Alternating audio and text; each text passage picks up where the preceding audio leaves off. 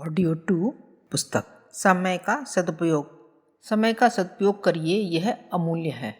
मनुष्य जीवन एवं रुपए पैसों से भी अधिक महत्व समय का है। धन का अपव्यय निर्धन बनाता है, किंतु जिन्होंने समय का सदुपयोग करना नहीं सीखा और उसे आलस्य तथा प्रमाद में गंवाते रहते हैं, उनके सामने आर्थिक विषमता के अतिरिक्त नैतिक तथा सामाजिक बुराइयां और कठिनाइयां उत्पन्न हो जाती हैं। समय का सदुपयोग धन के उपयोग से अधिक विचारणीय है, क्योंकि उस पर मनुष्य की सुख सुविधा के सभी पहलू अवलंबित हैं। इसलिए हमें अर्थ अनुशासन के साथ साथ नियमित जीवन जीने का प्रशिक्षण भी प्राप्त करना चाहिए। जो समय व्यर्थ में ही खो दिया गया, उसमें यदि कमाया जाता तो अर्थ प्राप्ति होती, स्वाध्याय या सत्संग में लगाते तो विचार और सन्मार्ग को प्रेरणा मिलती, कुछ न करते केवल नियमित दिनचर्या में ही लगे रहते तो इस क्रियाशीलता के कारण अपना स्वास्थ्य तो भला चंगा रहता। समय के अपव्यय से मनुष्य की शक्ति और सामर्थ्य ही घटती है। कहना न होगा कि नष्ट किया हुआ वक्त मनुष्य को भी नष्ट कर डालता है। संसार का कालचक्र भी कहीं अनियमित नहीं। लोक और दिक्पाल, पृथ्वी और सूर्य, चंद्र और अन्य ग्रह वक्त की गति से गतिमान हैं। वक्त की अनियमितता होने से सृष्टि का कोई काम चलता नहीं। धरती पर यही नियम लागू है। लोग समय का अनुशासन न रखें तो रेल, डाक, कल कारखाने, कृषि, कमाई आदि सभी ठप पड़ जाएं और उत्पादन व्यवस्था में व्यतिक्रम के साथ सामान्य जीवन भी उसका कुप्रभाव पड़े। एक तरह से सारी सामाजिक व्यवस्था उथल पुथल हो जाए और मनुष्य को एक मिनट भी सुविधापूर्वक जीना मुश्किल हो जाए। जिस तरह अभी लोग भली प्रकार सारे क्रियाकलाप कर रहे हैं, वैसे कदापि नहीं हो सकते। अतः हमको भी अपनी दिनचर्या को अपने कार्यों की आवश्यकता अनुसार विभक्त करके उसी के अनुसार कार्य करना चाहिए। अपने कार्यों का वर्गीकरण पहला स्वास्थ्य, दूसरा धन और तीसरा सामाजिक सदाचार की दृष्टि से कीजिए और एक दिन के वक्त को इसी क्रम में बांटकर अपने लिए एक व्यवस्थित दिनचर्या बांध लीजिए और उसी के अनुसार चलते रहिए। इसी में आपकी सारी बातों का समावेश किया जाना चाहिए और उसी के अनुरूप जीवन क्रम चलता रहना चाहिए। इससे आप अधिक सुखमय जीवन जी सकेंगे। वैयक्तिक सुख उपभोग और सांसारिक कार्यों में क्षमतावान होने के लिए आपका स्वस्थ रहना बहुत जरूरी है। स्वास्थ्य सुख जीवन की प्रमुख शर्त है। अतः उन सभी नियमों को प्राथमिकता दीजिए जिनसे आपका शरीर और मन स्वस्थ व सशक्त रहता है। हमेशा सूर्योदय से कम 1 घंटा पहले उठा कीजिए और शौच, स्नान आदि से निवृत्त होकर कुछ टहलने या व्यायाम आदि की व्यवस्था बना लीजिए। प्रातःकाल की मुक्त वायु शरीर को शक्ति और पोषण प्रदान करती है। दिन भर देह स्फूर्ति और ताजगी से भरी रहती है। इस अवसर को गंवाना रोग और दुर्बलता को निमंत्रण देने से कम नहीं।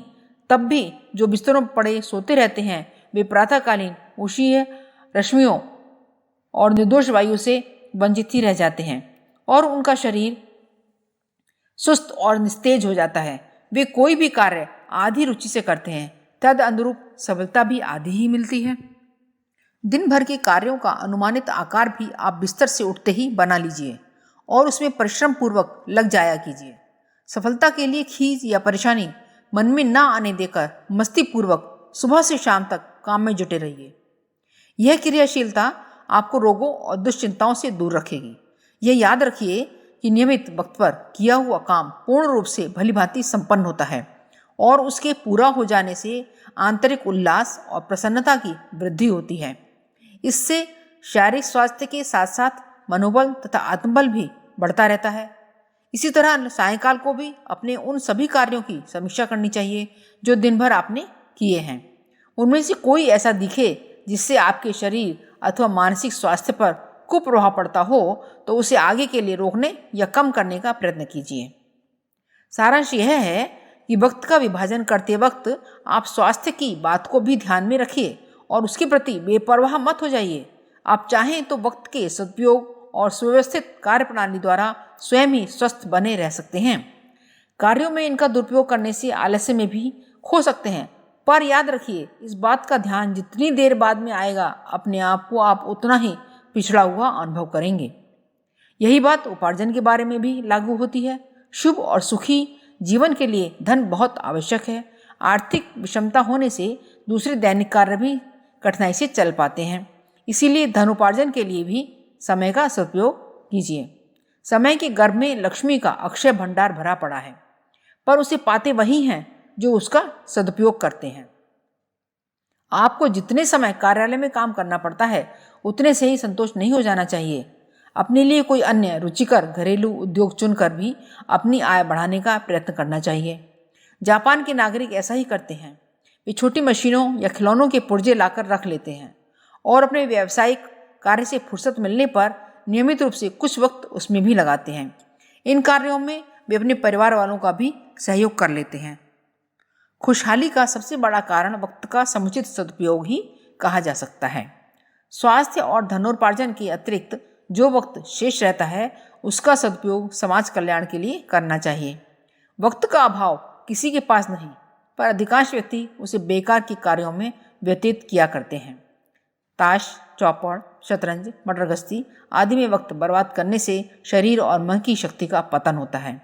इस वक्त का सदुपयोग सामाजिक उत्थान के कार्यों में करना हमारा धर्म है। समय का महत्व अमूल्य है। उसके समुचित सदुपयोग की शिक्षा ग्रहण करें तो मनुष्य जीवन में स्वर्ग का सा सुख उपभोग कर सकता है।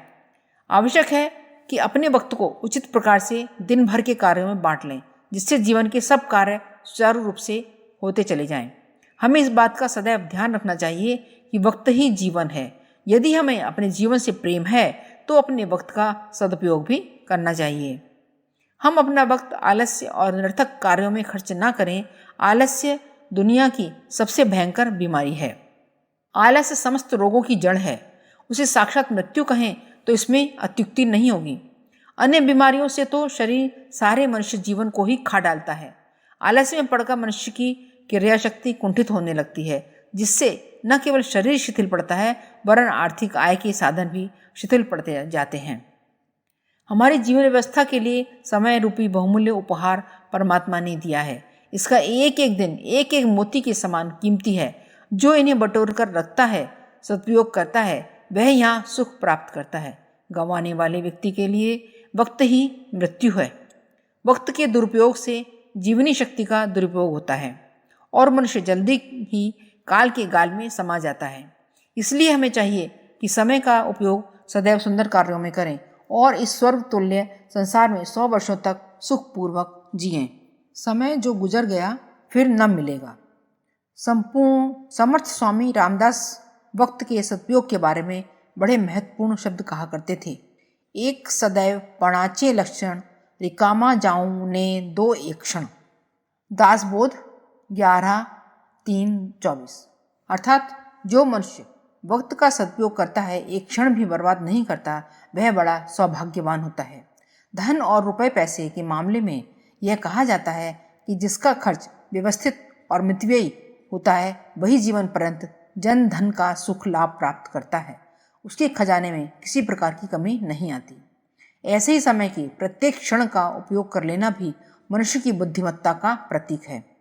उन्नति की इच्छा रखने वालों को अपना समय कभी व्यर्थ नहीं गंवाना चाहिए।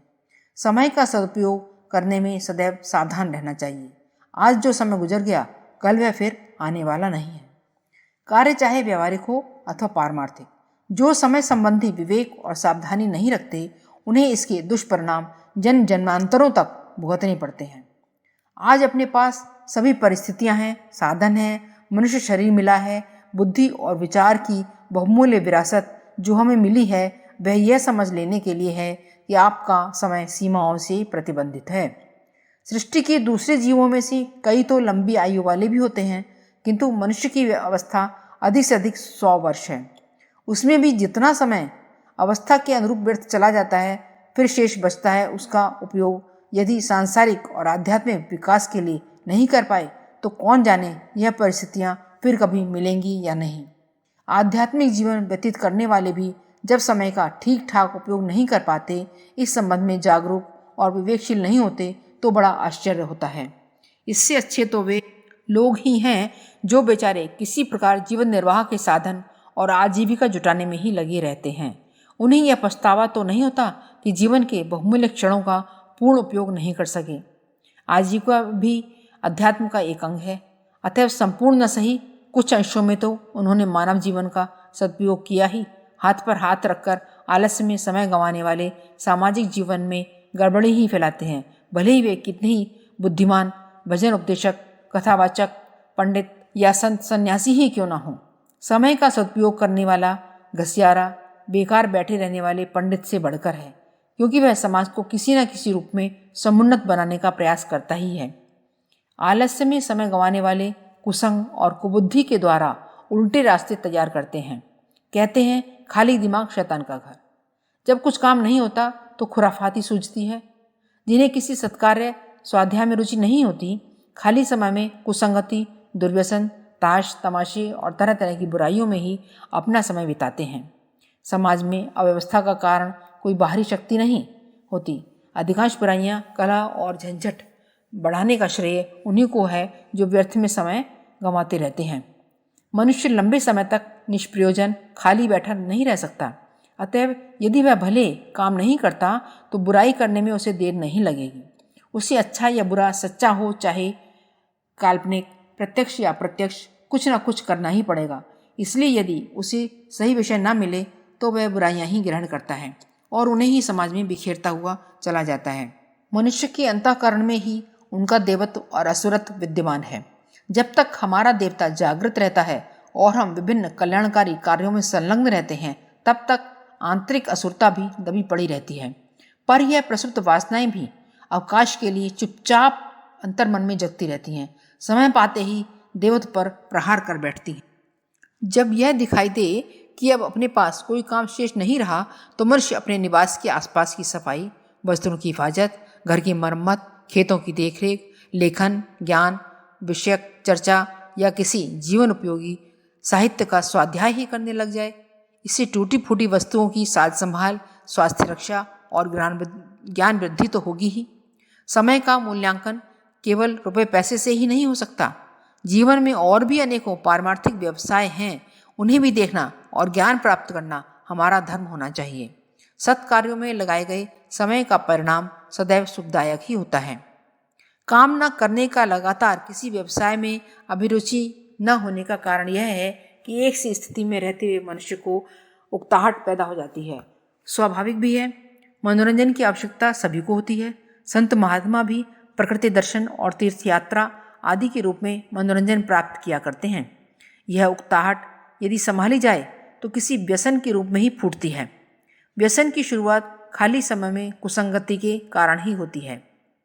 आजकल इस प्रकार के साधनों में किसी प्रकार की कमी नहीं है। निरुत्साह और मानसिक थकावट दूर करने के लिए विविध मनोरंजन के साधन आज बहुत हो गए हैं, किंतु समय के सदुपयोग और जीवन की सार्थकता की दृष्टि से इनमें से उपयोगी बहुत कम ही दिखाई देते हैं। अधिकांश तो धनसाध्य और मनुष्य का नैतिक पतन करने वाले ही हैं। इसलिए यह भी आवश्यक हो गया है कि जब कुछ समय श्रम में उत्पन्न थकावट को दूर करने के लिए निकालें तो यह भली भांति विचार कर लें कि यह जो समय उक्त कार्य में लगाने जा रहे हैं उसका आध्यात्मिक उत्थान और आत्म विकास के लिए क्या सदुपयोग हो रहा है। मनोरंजन केवल प्रसुप्त वासना की पूर्ति के लिए न हो, वरन उसमें भी आत्मकल्याण की भावना सन्निहित बनी रहे तो उस समय का उपयोग सार्थक माना जा सकता है।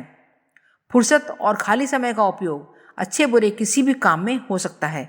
नई नई विद्या, कला, लेखन, शास्त्रार्थ के द्वारा नई सूझ और आध्यात्मिक बुद्धि जागृत होती है।